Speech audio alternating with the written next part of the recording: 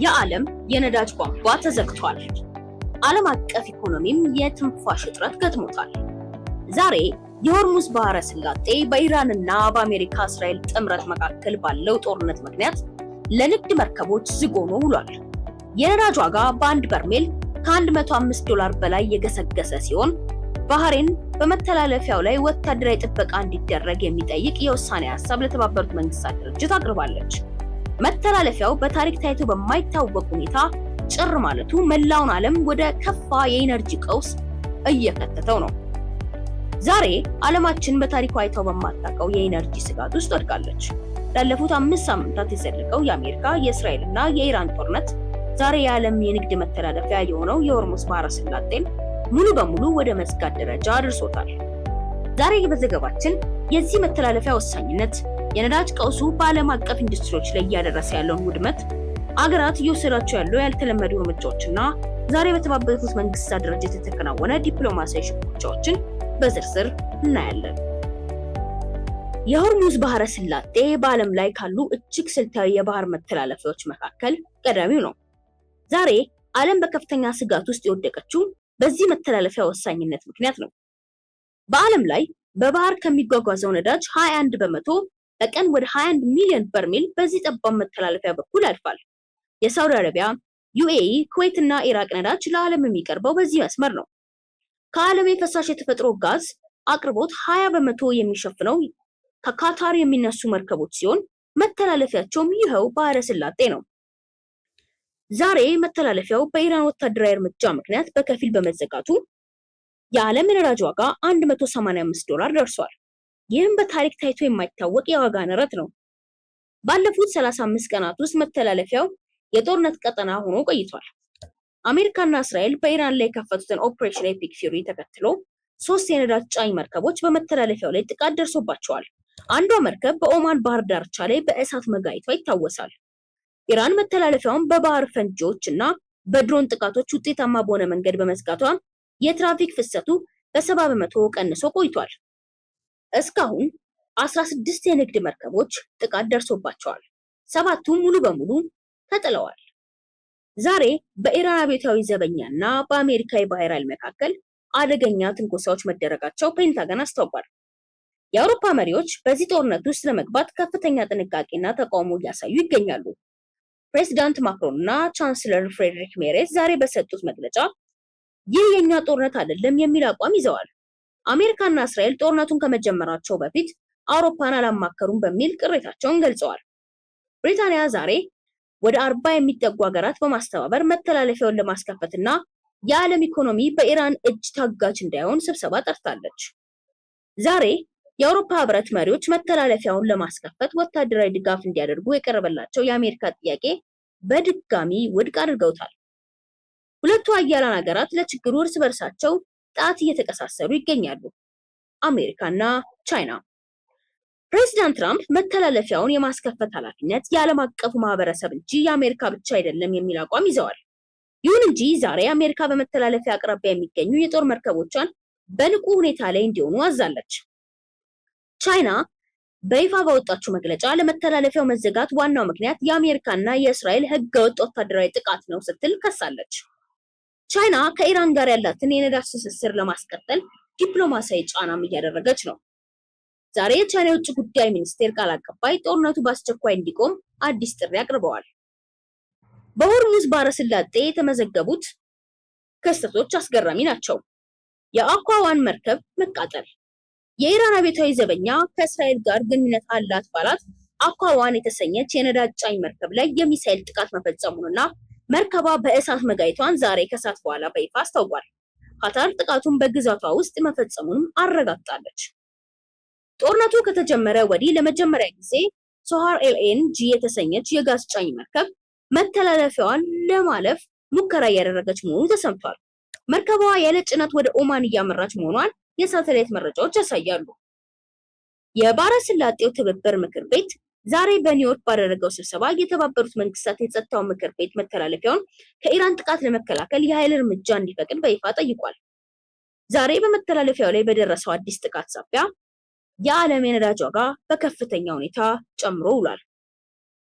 የሆርሙዝ ባህረ ሰላጤ መዘጋት ተራ የንግድ መስተጓጎል አይደለም። ይልቁንም የዓለም የኤነርጂ ደህንነት መሰረት ያናወጠ ክስተት ነው። መተላለፊያው በቀን 21 ሚሊዮን በርሜል ነዳጅ የዓለምን 20% የፈሳሽ የተፈጥሮ ጋዝ በሚያልፍበት በመሆኑ መዘጋቱ በታሪክ ታይቶ የማይታወቅ የኃይል አቅርቦት እጥረት አስከትሏል።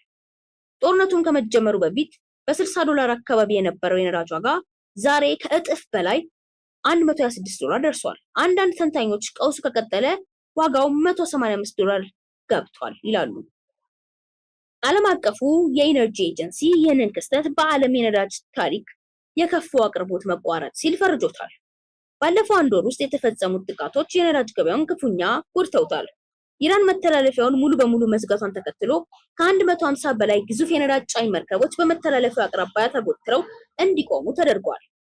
ኢራቅ፣ ኩዌት እና ሳውዲ አረቢያ ነዳጃቸው መላክ ባለመቻላቸው ምርታቸውን በቀን በ10 ሚሊዮን በርሜል ቀንሰዋል።